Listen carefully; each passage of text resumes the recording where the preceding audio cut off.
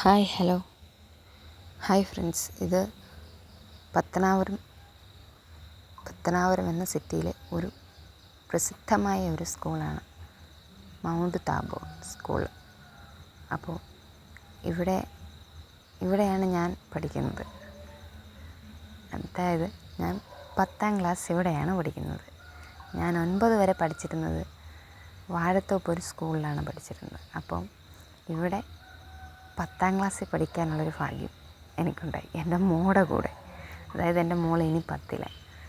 അപ്പം ഞാൻ 10 ഇവിടെ പഠിച്ചതുകൊണ്ട് തന്നെ ഇപ്പം 6-7 മാസമായി ഞാൻ ക്ലാസ് തുടങ്ങിയിട്ട്.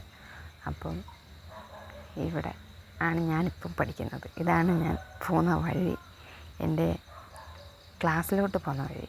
അപ്പം ഇത് ഇങ്ങനെ നിങ്ങളുടെ മുന്നിൽ പരിചയപ്പെടുത്തണമെന്ന് എനിക്കറിയത്തില്ല. എനിക്ക് തോന്നി നിങ്ങൾക്കിത് പരിചയപ്പെടുത്തണം, അല്ലെങ്കിൽ എനിക്ക് സബ്സ്ക്രൈബ് ചെയ്തവരേക്ക് ഇതൊന്ന് പരിചയപ്പെടുത്തണം എന്ന് തോന്നി. ഇനി നിങ്ങളെന്ത് പറയുമെന്ന് എനിക്കറിയത്തില്ല.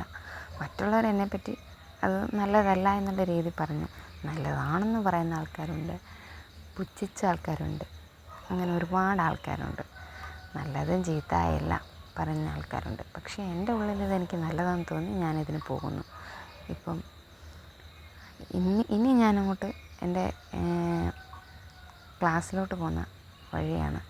അപ്പോൾ ഞാനവിടെ ചെന്നപ്പം അവിടെ എന്തോ ഒരു ക്യാമ്പ് നടക്കുകയാണ്. കാരണം ഏറ്റവും പ്രസിദ്ധമായ ഒരു സ്കൂളായതുകൊണ്ട് തന്നെ മിക്ക പരിപാടികളും ആ സ്കൂളിൽ ആണ് നടക്കുന്നത്. അപ്പോൾ ആ സ്കൂളിലെ ഗ്രൗണ്ടാണ് ഇപ്പം നിങ്ങളെ കാണുന്നത്. ഗ്രൗണ്ടല്ല, സ്റ്റേജിലോട്ട് പോകുന്ന വഴിയാണ്. അപ്പം NCCയുടെ എന്തോ പ്രോഗ്രാമാണ് അവിടെ എന്ന് തോന്നുന്നു. പിന്നീട് സ്കൂൾ, പക്ഷെ എനിക്ക് ക്യാമറയൊക്കെ ഇങ്ങനെ ഫോൺ എടുത്ത് വീഡിയോ എടുക്കാനൊക്കെ ഇച്ചിരി ബുദ്ധിമുട്ടുള്ളതാണ്. കാരണം എനിക്ക് അതിനെക്കുറിച്ചൊന്നും നല്ല വിശദമായിട്ട് അറിയത്തില്ല.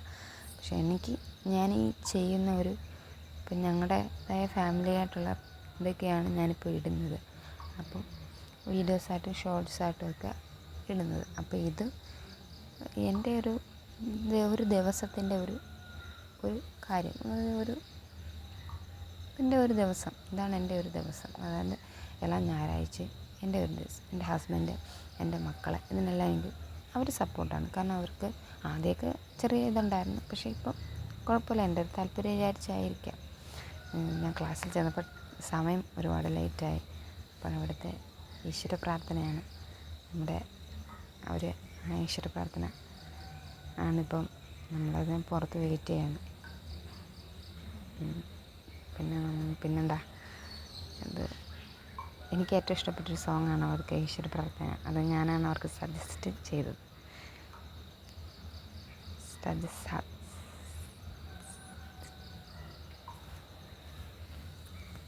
പിന്നെ നമ്മൾ വെയിറ്റ് ചെയ്തുകൊണ്ടിരിക്കുകയാണ് ഇവിടെ.